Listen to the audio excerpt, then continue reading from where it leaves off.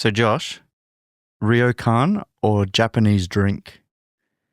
Hakone Ginyu. That's a drink. That is a Ryokan.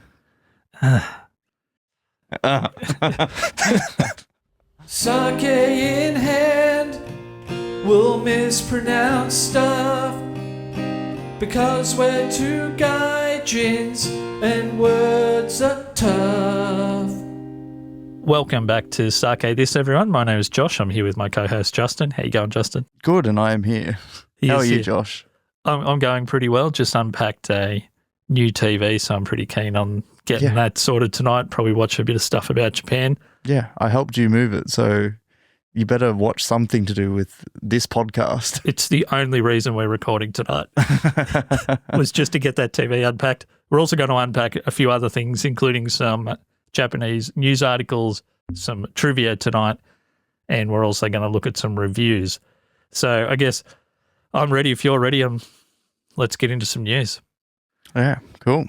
I've got 3 news articles or things that just popped up on my feed, I guess.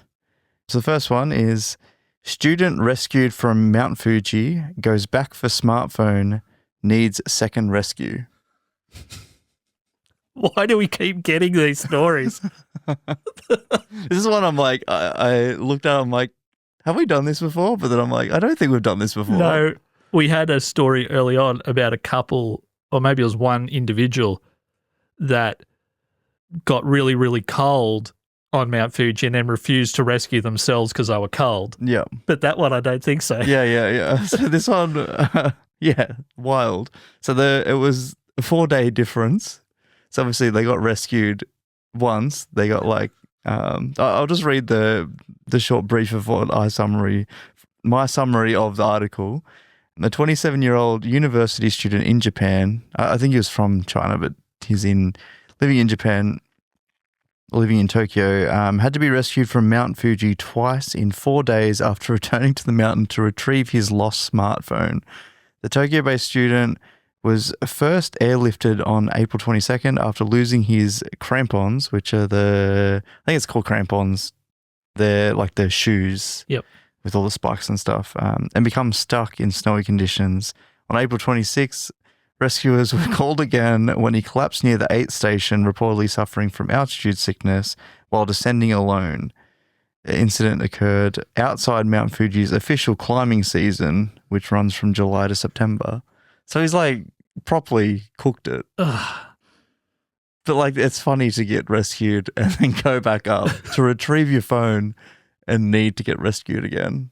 Wouldn't you just be so thankful that the first one went the way it did? Yeah. That you wouldn't go near the mountain again. You just look at it. That's a pretty mountain. Really pretty. Yeah. I'm not stepping foot on it. What sort of phone was it? How much was it? Oh, well, I just assume he's just it's because I lost my shoes. And now he's got new shoes he's like, I'm going to get the phone back. So he's got the new shoes. Now he's launched his own rescue mission to get his phone. Yeah. With no helicopter this time, but yeah. Maybe it's a case of, we had a story in a recent episode about a lady marrying an AI character that they'd created. Oh, same person, you reckon? Is there a chance that this guy actually beat her to it and created a character and the character was on the phone? And he'd only just created it on the model. If he was going back for love, Justin. Yeah, 4 days without his partner. If you were one of the rescuers, obviously you're obliged and obligated to do no harm and to rescue the person. Yeah. But yeah. do you just have a quick word to him? Yeah, you're you pick him up the second time, you're like, do you have all your belongings? We're just checking. Because that jacket over there looks a lot like what you should have on right now. Yeah. Oh, what a douchebag, but I love it. I love the chutzpah of I'm going back. That phone's too precious. Yeah, and to do it outside the usual climbing season as well. Yeah. You're a bit maybe thick in the head to do that. Yes. But I guess in his position, what other option do you have? If you want that phone, you've really got no option but to go and get it yourself. No one's going to go up Fuji for you to get the phone. I know that, I'm not sure if this was a student or not, but I remember when I was a student, I probably would have went back up a mountain for anything that I owned. Yeah. Thing of eggs, some cordial, whatever I'd left up there. A packet of ramen. Yeah, just some ramen. Yeah. That would have been good ramen too. Yeah. Yeah, it was a student, so like it makes sense. Oh, well, that makes especially if it's like sense. an international student in Japan. Yeah. Because maybe he was actually in the middle of a rescue mission for the phone. They rescued him too quickly the first time. They found his shoes for him, and then they just took him off the mountain. He's like, well, if I had the shoes, I could get my phone. Yeah, maybe. Right, what else have we got? The second article, a Japanese soba chain sparked backlash after one Tokyo store put up a sign asking tourists to avoid lunchtime. So Okay. this was... What was the word, sorry? Sobe or sober? Soba, like noodles. Okay. Do you know, like cold noodles? Because people that are sometimes? trying to be sober probably should avoid everything no. at lunchtime. Yeah. A soba chain. Yeah. So is that SOBA? SOBA. Okay, Yeah. cool. Yeah. Yep. Yes, you need to try noodles, Josh. Yes. But yeah. So it was the Fuji soba location in Minato City, an area packed with office workers and a few luxury hotels, sparked controversy after posting a sign asking tourists to avoid lunchtime so local workers could eat quickly. The sign went viral, and while the chain later had the sign removed, many Japanese commenters supported the move, saying office workers often only get 10 to 15 minutes for lunch, and tourists tend to linger or take a little bit slow to get serviced. And yeah. It goes against maybe our work culture a little bit, because every person I know is stretching out that lunch break. Yeah. Going back to work. Oh, sorry, it took me so long. There was this massive line and there was tourists everywhere. I didn't expect it. Yeah. So my hour became an hour and a half. Whereas I think that the level of discipline of your Japanese worker maybe exceeds, for example, mine. That would be annoying to not be able to go anywhere and get back to work on time. Yeah. Just because tourists are in the way, like they're dealing with the same problem I have when I go out in my lunch break and try to order stuff. It's just there's too many Australians in the way. Yeah, which is probably the same issue that the Japanese people are having there. Yeah. I think that this might be a reaction to some of the less warm and less maybe tasteful signs that some Japanese restaurants have had where it's been misinterpreted. I know there was a few that, I'm not sure if we did the story, but there was an article about a particular restaurant that had Japanese only. Yeah. But what it actually meant was Japanese speakers only, because the people that were working there didn't know English and they weren't comfortable. Or other languages. And it was slowing down the whole process. Yeah. Yeah, so this one had, I've got a picture of, it had in multiple languages, the same, like translated, it's not that harsh. It just said, travelers should avoid lunchtime. We prioritize people who work or study in the area. I think that's fair. Yeah, definitely fair. But I think it also, the problem is that it also kind of maybe opens up possible discrimination, because you could easily turn someone away because they're not Japanese. Yes.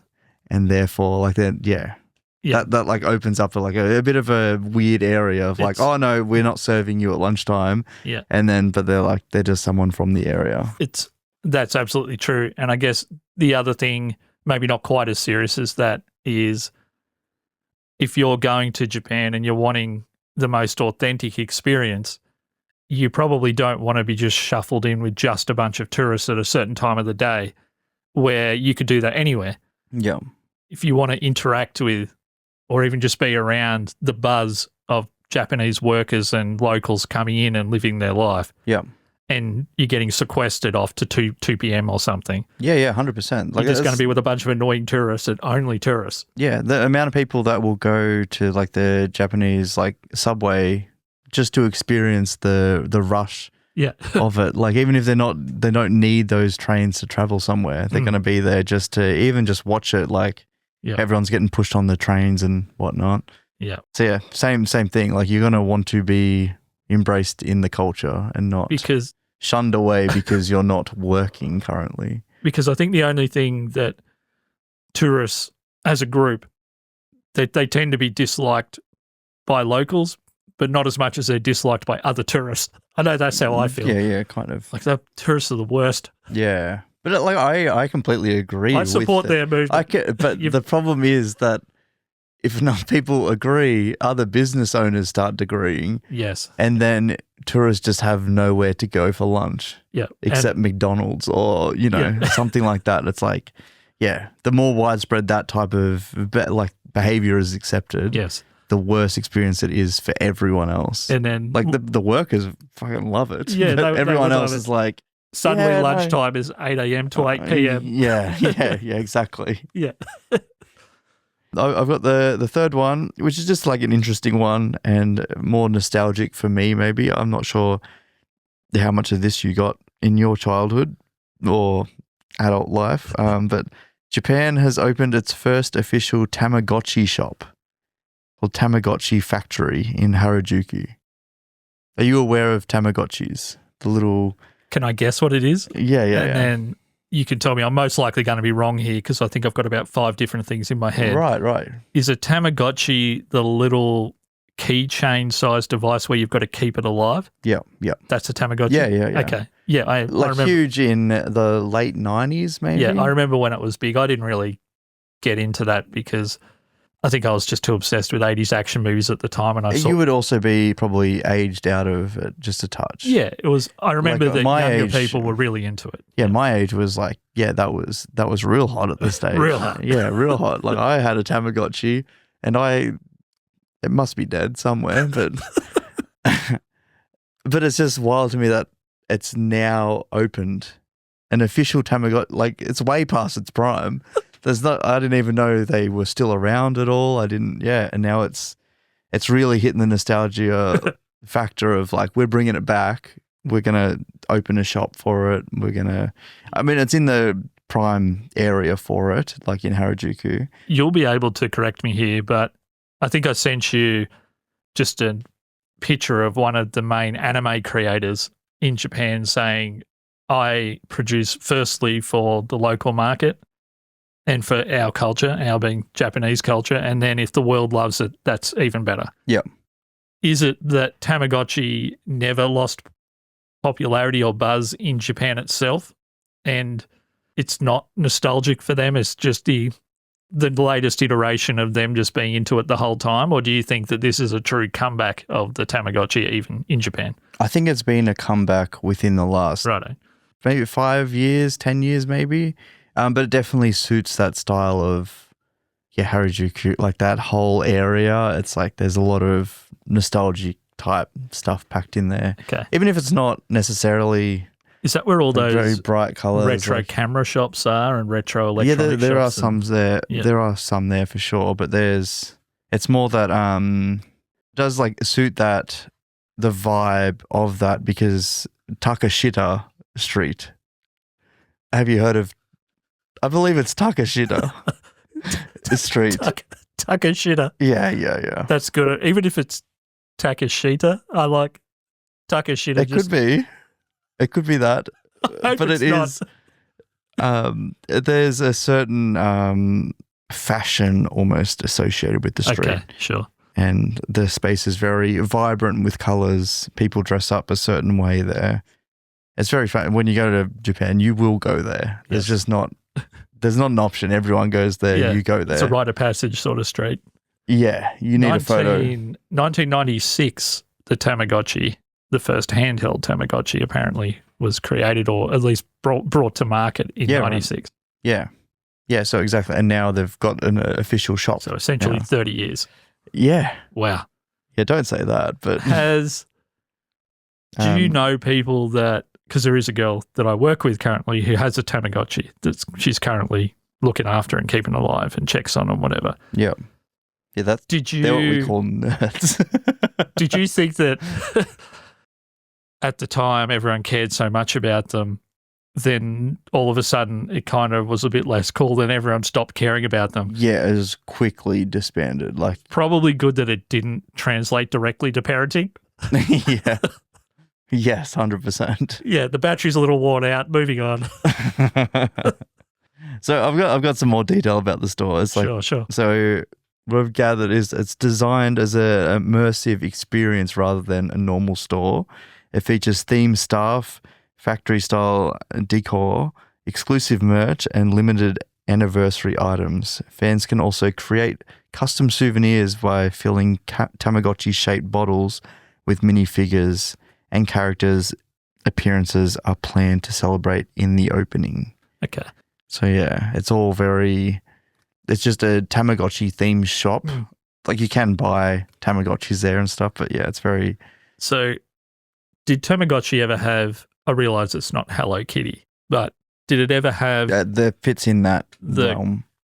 expansion beyond just the device? Does it have a cartoon or does it have I don't comic believe so. or- I've never heard of anything. yeah. Like, So I I'm just sure, wonder I'm what sure these, it has stuff, but it's not like it's mainly just the device. yeah, that's cool. For the most part. But like there's so much of that cutesy. I don't know the exact name of it, but like kawaii.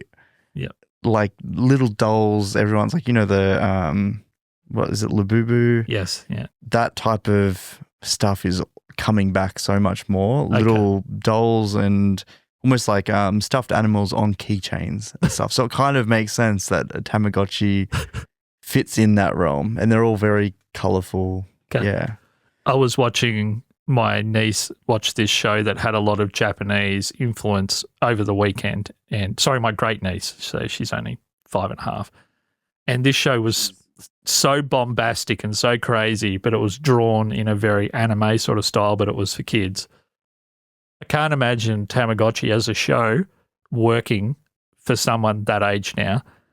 You've got to be patient and just sit here and nothing happens. Yeah, unless it was turned up to max. And it's Yeah. like, feed now. It's like a time lapse and everything's in fast forward. Yeah. Do you remember those weird videos on TikTok, or like people doing live streams on TikTok and stuff, and they're like NPC characters? Yeah. So people would donate Yes. and they would say an ice cream or whatever. Yeah. Like it's almost like that, but for a Tamagotchi. Like Tamagotchi, but a subscription model. Yes. Donations could work. Yep. So now we're going on to the next segment of the podcast, and we're going to go into Guesstimation. Yep. Guesstimation Japan. And today I prepared 10 different ones that you're going to have to guess, and I've done it. They're either going to be a Ryokan or a drink, a Japanese associated with Japan drink. So for anyone who's listening, Ryokan is what? An inn, An like inn. a traditional inn, generally associated with like your baths and stuff like that. Yeah, Sure. So Ryokan or Japanese drink. Yeah, and I've done a very popular Ryokan. I'm not like just going to be like, oh yeah, this one's hidden in the outback somewhere. Yeah. It's ones that like a lot of people that have travelled there may have stumbled across. My if you Ryokan said it. knowledge is so limited. They're pretty much all the outback to me at the moment. Yes, but they just sound close enough to a sure. drink. Okay, very good. So first one, and I'm going to butcher the names of every single one of these because I haven't looked up the pronunciation of any of it. So even the drinks, even the Ryokans. Okay, so first one, Tawaraya. Tawaraya. Tawaraya. Tawara. I'm going to go drink. It is a Ryokan. Considered to be Japan's finest Ryokan. Okay. Based on their own website.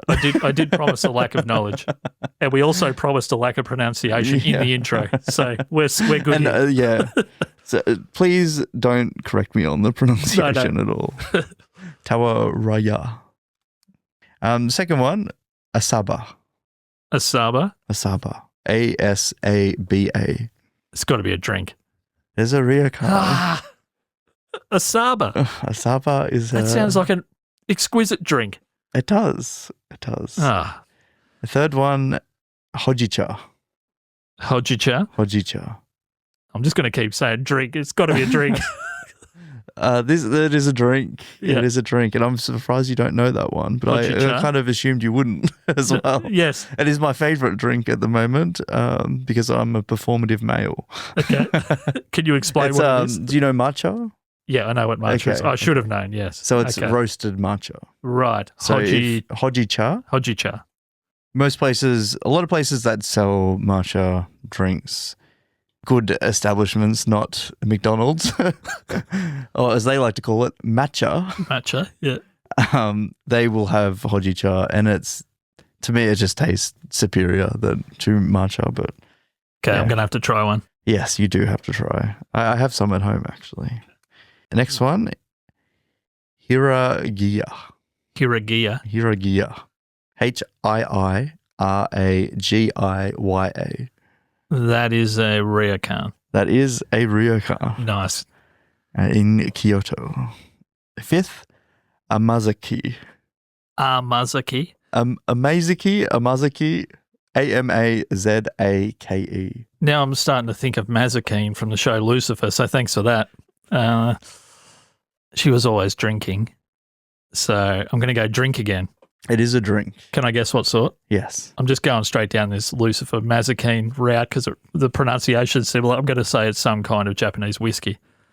Well, it's some sort of, I've only got fermented rice drink. Okay. So I'm not a sweet righto. fermented rice drink. So it might be a sake. I'm not. type Yeah, thing. I'm not sure if it's a sake. So thanks for your support. It wasn't actually that close, but I feel supported. It was alcohol. It was alcohol, yeah. Well, I assume fermented means alcohol. Yep. Typically low alcohol or non-alcoholic, called sweet sake. Okay, that's where my similarity and my analogy breaks Sweet down. sake. The non-alcoholic thing. Number 6, Kageya. Kageya, Ryokan. It is a Ryokan. Right. One of Japan's most famous traditional inns. What was it called again? Kageya. Kageya. Or Kagaya. I just need to remember a few of these for my trip. Kageya. I should know how to pronounce this one, but I don't. Ramuni. I'm going to look up the pronunciation for this one. Okay. For number 7, we've got Ramune. Ramune. That's another drink. That is a drink. Have you heard of? Is it a rum drink? No. It's a very popular drink. And Ramune. It's a popular Japanese carbonated soft drink. Right. But you may have seen them. I've got a picture here for you. Ah, yes. So Okay. you may have seen them at, like, if you've gone to sushi Asian. Yes. Yeah, I've seen those. Ramune. Yes. Number 8, Kalpus. I think we've had this one before, and the pronunciation's cowpiss. Yep, Kalpus. So even though I know it's a drink, I just want it to be anything else. Although, have we had it before? yeah, I think so. Or maybe I looked at it before. Okay. Yeah, Kalpus is probably still better as a drink than a Ryokan. Well, what's the drink? It wasn't the white yogurt water drink, was it? No, it's close. Like it's a milk-based soft drink, which sounds like Kalpus. I think, again, I'd rather it was anything else. Number 9, Mugicha. Mugicha. Yeah, I'm going to say that's some kind of orange soft drink. it is a drink. It's a herbal tea Oh, herbal tea. made from roasted barley grains. Okay. God, I think And then number 10, Zaburin. Zaburin. Zaburin. I'm going to go Zaburin drink Zaburin. Sounds more like a Ryokan, so I'm just going Ryokan. It is a Ryokan. It's a Ryokan in Hokkaido. In Hokkaido, nice. I don't know which You didn't do too bad. You done pretty well after the first. The problem is that I was very lost looking to up begin with. looking up all the drinks. A lot of drinks end in cha. Yes. So I'm like, I have to avoid most of them. Yeah. because they're a bit obvious. Yeah. If I just start naming, if you're good at pattern recognition, Yes. yeah, you might snoop that one out. I would like to know, though, if you went to any Ryokans when you were over there. I did not go to a Ryokan when I was over there. Was that because you mostly stayed pretty... Yeah, well, the people that I kind of done all the itinerary just didn't, mainly for the fact that the guy doing the itinerary has tattoos everywhere on him. Okay. And so sense. he stayed away from most, traditional. Yeah. Places that would Yeah. heavily judge that type of stuff. Yeah. Or, possibly not let you in. So we didn't go to those, even though, obviously we could have gone to so many of them. But yeah. I saw a post the other day of a guy with lots of tattoos in one of the Japanese travel groups, and he asked, I have a lot of tattoos. Is that going to be an issue now in 2026?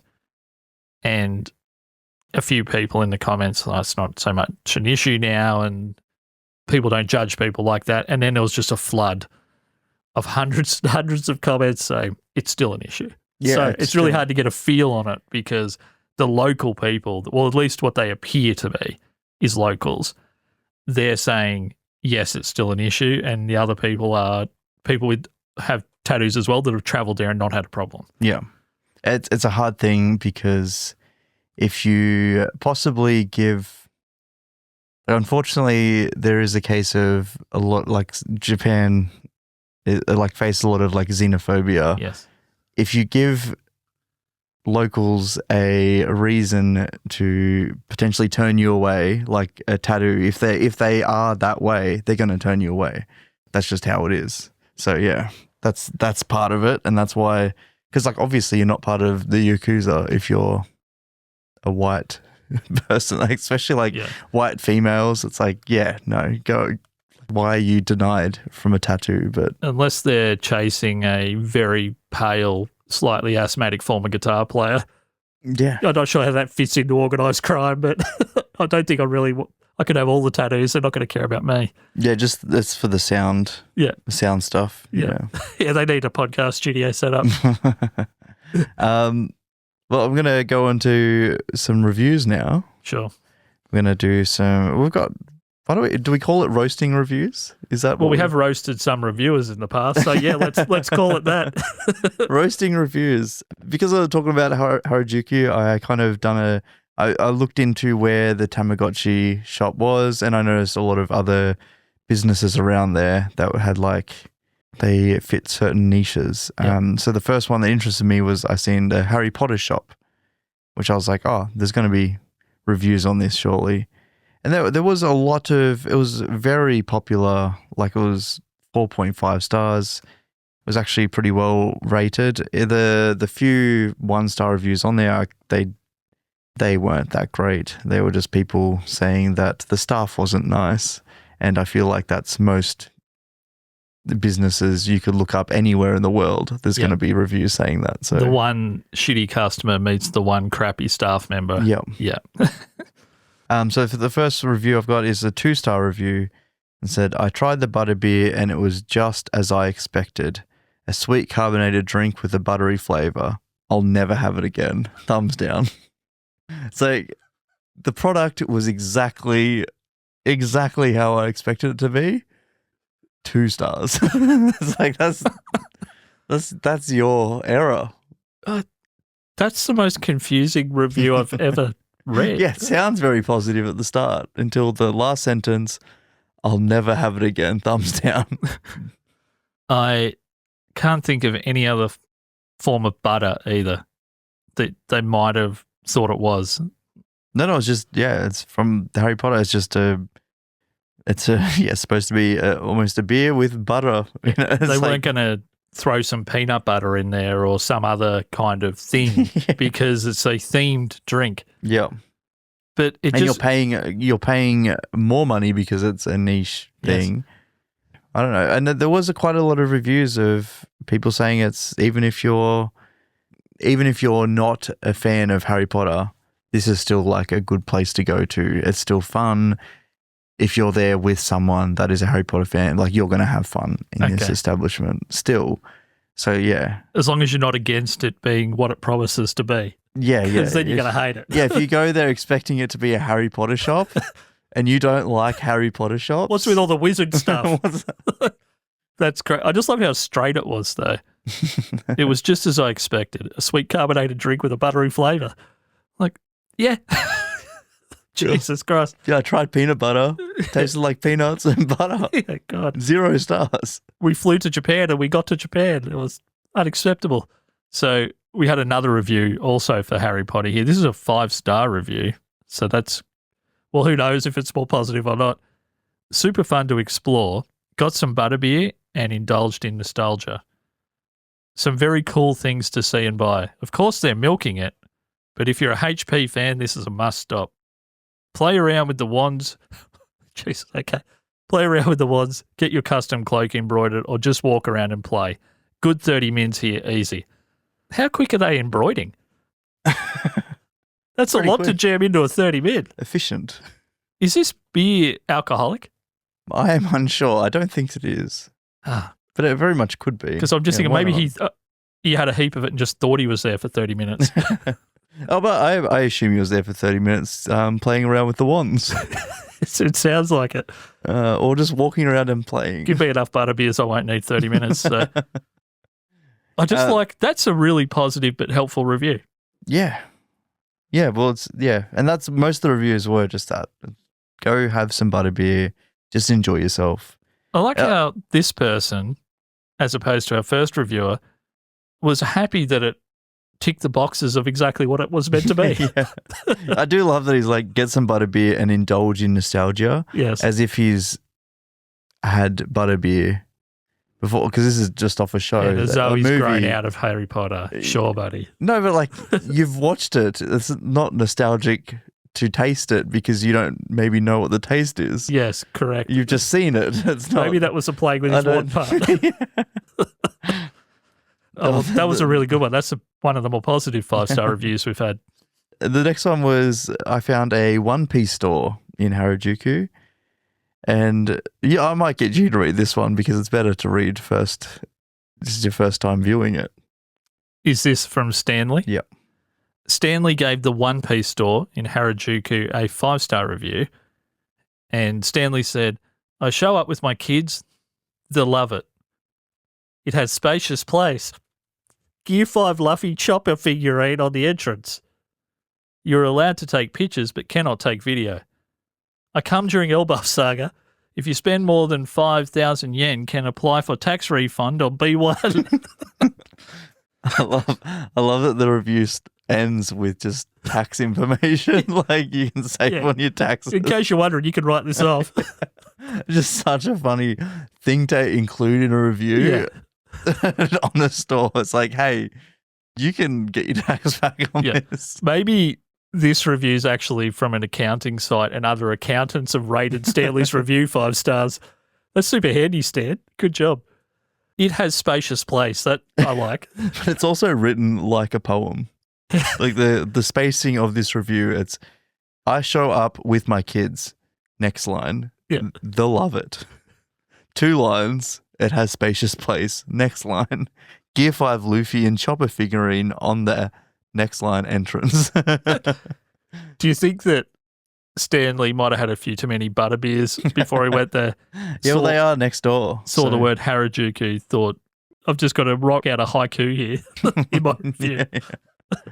And the last review for today and the last everything of this podcast is just a review of the plaza itself, the Tokyo Plaza in Harajuku. And it is a 1-star review of a plaza and it just says lame, Like, which I thought was so funny just to put a review up of a plaza. It holds so many different stores and your takeaway is lame. it is from a TT, which we have a TT. mutual friend called Kitty. Yeah. But have you ever reviewed not the thing, but the capsule for the thing?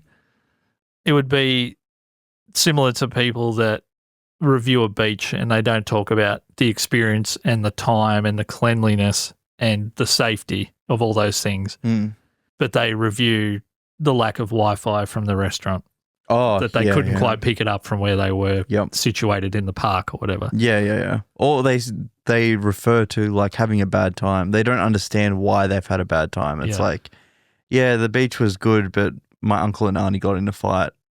Therefore, I had a bad experience. Exactly. It's like, and they were driving, and I was stuck with them. Yeah, but it's like this is the beach.